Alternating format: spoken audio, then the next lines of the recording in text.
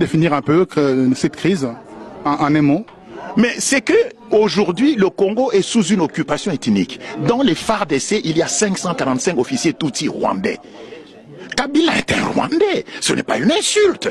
C'est sa nationalité, c'est son ethnicité. Où est le problème? Je suis un Muntu, un Mouyansi. Mais je me proclame Mouyansi, je ne me cache pas. Kabila est un Tutsi rwandais. Ok?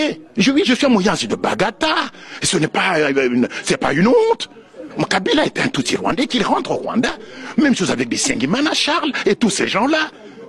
Si vous enlevez les 545 officiers Tutsi rwandais des FARDC, il n'y a plus de crise. Voilà la solution. Par l'élection, par les concertations, le dialogue. On en a eu combien de dialogues? J'en ai compté 54, qui n'ont abouti à rien.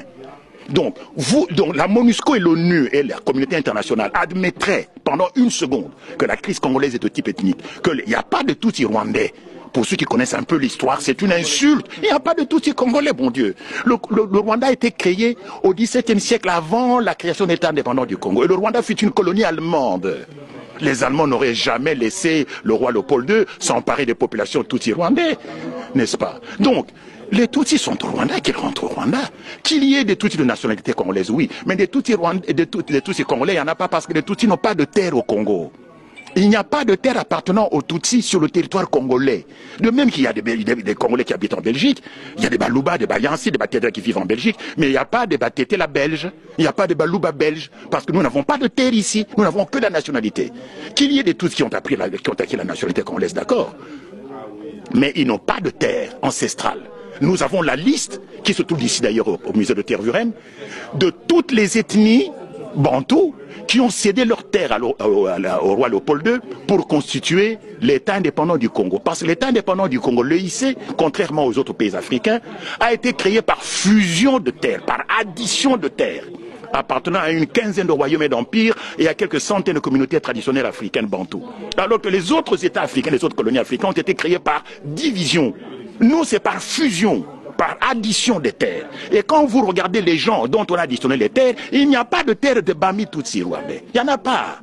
Et donc, ceux qui prétendent, les gens qui écrivent ici dans les médias, il y a une consoeur journaliste du soir qui parlait de Banyamulenge et des Tutsis congolais. Mais c'est du n'importe quoi. Madame Cross. Je ne cite pas de nom, c'est même pas elle là d'ailleurs. Il y en a même une qui est beaucoup plus âgée qu'elle, qui raconte n'importe quoi sur... Je vois oui, bien sûr. Donc, il n'y a pas de Tutsis congolais. De même qu'il n'y a pas de Batété là, belge. Donc, la guerre du Congo vient du fait que les Tutsis veulent créer au Congo, au dépend du territoire congolais, un Tutsi-land, un foyer national Tutsi, où ils vivraient en population majoritaire, où ils seraient plus exposés à un risque de génocide.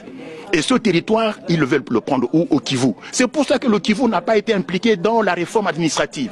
Toutes les autres provinces ont été découpées, sauf le Kivu. Et puis on nomme qui? On nomme Azarès Roubert ou un Tutsi rwandais comme ministre de la décentralisation. Tiens.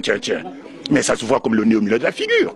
Il y a un plan rampant de balkanisation du Congo et de la création du Tutsi-land. Et ce qui s'est passé au Kivu, où on a massacré les chefs coutumiers, c'est ce à quoi on assiste aujourd'hui avec les Kamwena Sampo, c'est le même scénario. Donc la crise congolaise est de type ethnique. Et le reconnaître, ce n'est pas faire preuve de tribalisme, c'est en finir une bonne fois pour toutes avec le mensonge et l'hypocrisie. Qu'on admette qu'il n'y a pas de Tutsi congolais, que les Tutsis du Congo, et notamment ceux de l'armée en particulier, les 545 officiers, rentrent chez eux au Rwanda et il n'y a plus de crise au Congo. Mais la MONUSCO est au Congo depuis bientôt 18 ans. Contre qui se bat la MONUSCO? Contre qui? 21 000 casques bleus, équipés de tout l'armement des moyens de communication. Pas contre le CNDP. Le CNDP s'appelle 500 miliciens Tutsis. Pas contre le M23. Alors contre qui se bat la MONUSCO? Mais écoutez, il y a trop d'hypocrisie. La crise congolaise, vous le savez, c'est la crise la plus longue et la plus sanglante depuis la fin de la Deuxième Guerre mondiale. Donc il ne faut pas la traiter par la légère. Il y a eu maintenant près de 10 millions de morts. Quand il y a un attentat ici en Europe, 20 personnes qui meurent, c'est bon, on fait beaucoup de bruit, c'est normal. Comparaison de pas raison. Mais il y a quand même 10 millions de morts au Congo. Regardez ce qui se passe au Kamwena Sampo. Brusquement, ça s'enflamme. Et vous verrez que bientôt, ce sera le Kasaï oriental. Et puis demain, ce sera le Bandundu. Parce qu'on est en train de déstabiliser tout le pays afin de créer les conditions propices à la création du Tutsi-Land. Il faut dire les choses clairement. Et ce n'est pas une insulte. Ayez le courage de reconnaître qu'il y a trop d'hypocrisie et de tartufferie. C'est un mot que vous avez utilisé en ce qui me concerne, en ce qui concerne le Congo. Mais bien sûr. Donc, il faut arrêter avec l'hypocrisie. Le Congo est confronté à une crise de type ethnique.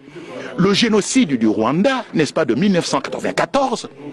D'abord, les gens ne savent pas compter. Il y a eu 4 génocides au Rwanda. 4, pas 1. Et donc, c'est le génocide du Rwanda qui a servi de prétexte pour l'invasion du Congo par l'AFDL. Et l'AFDL ne fut pas une rébellion congolaise. Ce fut une milice armée, toutes rwandaise. Maintenant, on le voit. N'est-ce pas? Et Kabila, c'est quoi? Mais Kabila est un immigré clandestin, devenu président de la République. C'est la première fois, je l'ai dit, dans le système solaire, où on voit un immigré clandestin arriver dans un pays sans passeport, sans visa, sans titre de transport. Il ne parle aucune des langues de chez nous, et qui 3 ans et demi plus tard devient président de la République. Je connais ici en Europe, et particulièrement en Belgique, des Congolais qui vivent ici depuis 10 ans et qui n'ont même pas une carte de séjour. Et au Congo, depuis que Kabila est là, ça fait maintenant plus de 15 ans, les Congolais n'ont même pas de carte d'identité.